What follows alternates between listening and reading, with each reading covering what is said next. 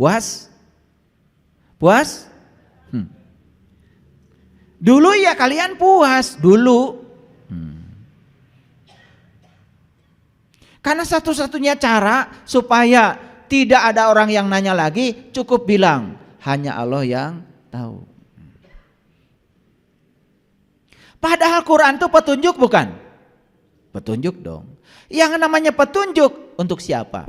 Untuk Allah, untuk manusia? Untuk manusia. Nah manusia ini dikasih petunjuk, judulnya Hamim. Kalau itu petunjuk berarti harus dimengerti dong oleh manusia. Nah manusia pengen tahu, ya Allah ini maksudnya apa ha dan mim ini? Kemudian Allah bilang, hanya Allah yang tahu. Sama saja dengan polisi bikin rambu-rambu lalu lintas, kemudian masyarakat yang akan menggunakan rambu-rambu itu tanya Pak Polisi. Pak Polisi, ini rambu ini maksudnya apa? Kata Pak Polisi, hanya polisi yang tahu. Puas?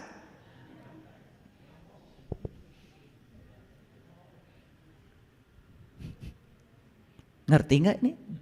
Biar masuk akal, biar masuk akal. Biar tertawa sekarang kalian itu tertawa.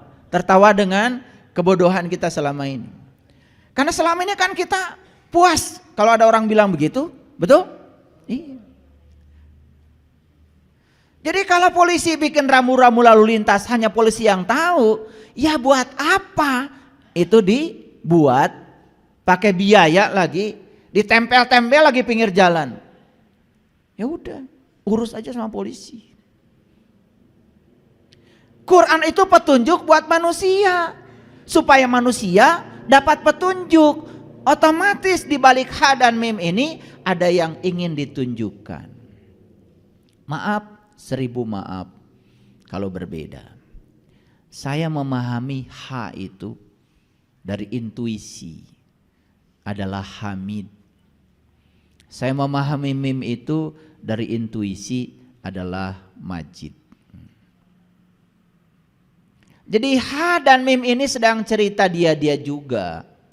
Ha itu dia yang terpuji, hamid.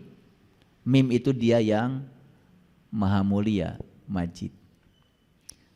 Jadi sebetulnya semua huruf-huruf di Quran ya, yang sering ada di awal, alif lam mim, alif lam ro, sebetulnya ada petunjuk di balik itu.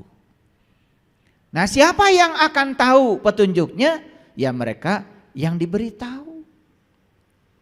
Siapa yang diberitahu? Yang mau tahu. Loh kok saya tidak diberitahu? Ya karena kamu tidak mau tahu. Sok tahu lagi. Pura-pura tahu lagi. Padahal kamu tidak tahu. Cuma kamu tidak tahu bahwa kamu tidak tahu. Orang yang kayak gini gak akan dikasih tahu. Hanya orang yang tahu kalau dirinya tidak tahu yang akan diberitahu. Coba jadilah orang yang tidak tahu apa-apa, pasti diberitahu. Jadi sebetulnya ha dan mim ini sedang cerita dia juga. Dia sedang menunjukkan bahwa sebetulnya dia itu bermanifestasi sebagai hamid. Dia bermanifestasi sebagai majid. Makanya para nabi, para rasul, para sunan, para wali, para bijak, para suci, mereka-mereka yang sudah sampai kepada Allah, mereka itu akan menjadi manifestasi dari akhlaknya Allah. Makanya orang-orang yang di level itu bukan sekedar terpuji, mulia. Ingin jadi orang yang terpuji? Ingin jadi orang yang mulia?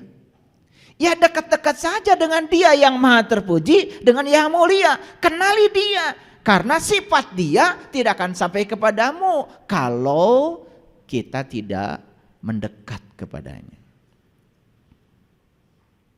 Nih, sambil contoh. Apakah energi dari nasi tiba-tiba akan masuk ke tubuh kita kalau kita tidak makan nasi? Kan tidak. Masukkan nasinya, dikunyah, dilumat, baru energinya kita bisa ambil. Begitu. Makanya di Quran Allah mengatakan sibghatallah, sibghatallah, sibghatallah. celupkan dirimu, leburkan dirimu kepada Allah. Begitu kita meleburkan diri kepada Allah, maka sifat-sifatnya akan menjadi sifat-sifat kita. Itu yang disebut dengan tahalluq bi akhlaqillah. Jadi secara hakikat ha dan mim adalah dia, tetapi manifestasi dari dia akan mewujud pada diri-diri hamba-hambanya yang sudah tercelup oleh sifat-sifatnya. Mau menjadi ha, Hamid, mau menjadi mim, Majid. Kita baru nama aja, Abdul Hamid, Abdul Majid. Betul? Iya. Abdul itu kan bapaknya. Abdul Hamid, ya, bapaknya orang-orang yang terpuji. Abdul Majid, bapaknya orang-orang yang mulia. Tapi akhlaknya tidak mencerminkan Hamid, tidak mencerminkan Majid. Karena tidak tercelup oleh celupannya Allah. Tahu celup? Coba. Saya dulu ya, karena tidak kebeli sepatu, ya, ibu saya pergi ke pasar beli sepatu cap kelenci, warnanya putih. Sedangkan sepatu pramuka warnanya harus hitam. Ya udah, ibu saya nggak kalah akal, beli wantek namanya itu. Siapkan air di kastrol, ya, lagi mendidih, masukkan wanteknya, sepatu saya direbus. Setelah itu dijemur, jadi hitam. Iya. Makanya pulang sekolah itu kaki saya pun ikut hitam. Ya udah, diruru. Kalau di kampung diruru tuh pakai batu di sungai. Ya nggak kebeli sabun, diruru aja gitu. Ya karena kita segitu aja udah bersyukur, tidak ada yang namanya keluhan. Saya juga tidak pernah protes sama ibu, kenapa sepatu kita ini kok bikin kaki warna hitam, nggak ada itu. Pokoknya itu udah enjoy aja. Makanya tidak pernah mengeluh, maka tidak pernah terulang. Hati-hati itu.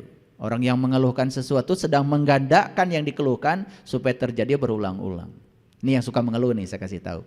Mengeluh itu menggandakan sesuatu supaya terjadi berulang-ulang. Jadi kalau pakai sepatu kelinci dikeluhkan, seumur-umur pakai sepatu cap kelinci. Itu like attracts like, itu bahasa modernnya. Yang serupa menarik yang serupa. Hati-hati itu, makanya kata-kata dan pikiran itu menjadi doa. Sehingga realitas hidup tidak berubah karena salah berpikir, salah berkata. Kalau suami itu pelit, jangan pernah dibilang pelit. Kalau suami itu pelit, jangan diceritakan pelitnya pada siapapun. Tambah pelit. Karena kita sendiri yang menariknya. Betul? Awas, hati-hati kalau bicara. Jadi walaupun pelit kepada orang lain, bicarakan aja kebaikannya. Pelitnya jangan dibicarakan. Kalau dibicarakan pelit jadi baik, fitnah. Jadi walaupun dia pelit kan masih ada sisi baiknya, betul nggak? Supaya kita tidak bohong, jangan juga dibilang suami saya tuh luar biasa baik, berehan. Enggak, itu jadi fitnah. Maksud saya kalau dia pelit dan dianggap pelit itu negatif, jangan dibicarakan. Bicarakan saja yang positifnya. Piraku nu halusna. Ya. Nah makanya setelah Hamim, ayat berikutnya wal kitabil mubin, demi kitab yang nyata. Nah kitab itu bahasa Arab, ya. Bahasa lainnya adalah kalamullah. Kalam itu sifat, Allah itu zat, dan sifat dengan zat tidak pernah berpisah.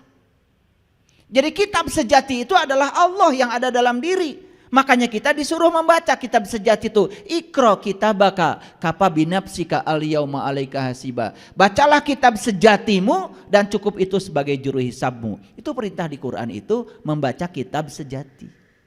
Gak ada hurufnya, gak ada kata-katanya, tidak ada tulisannya. Tetapi kalau itu dibaca ada. Bahkan suaranya nyaring. Kalau kita selalu hening mendengarkan suaranya. Cuman suara beliau itu sering terhempas oleh keberisikan pikiran kita sendiri. Makanya belajar supaya pikiran kita tidak berisik. Karena pikiran itu tidak suka saat ini Sukanya besok atau kemarin.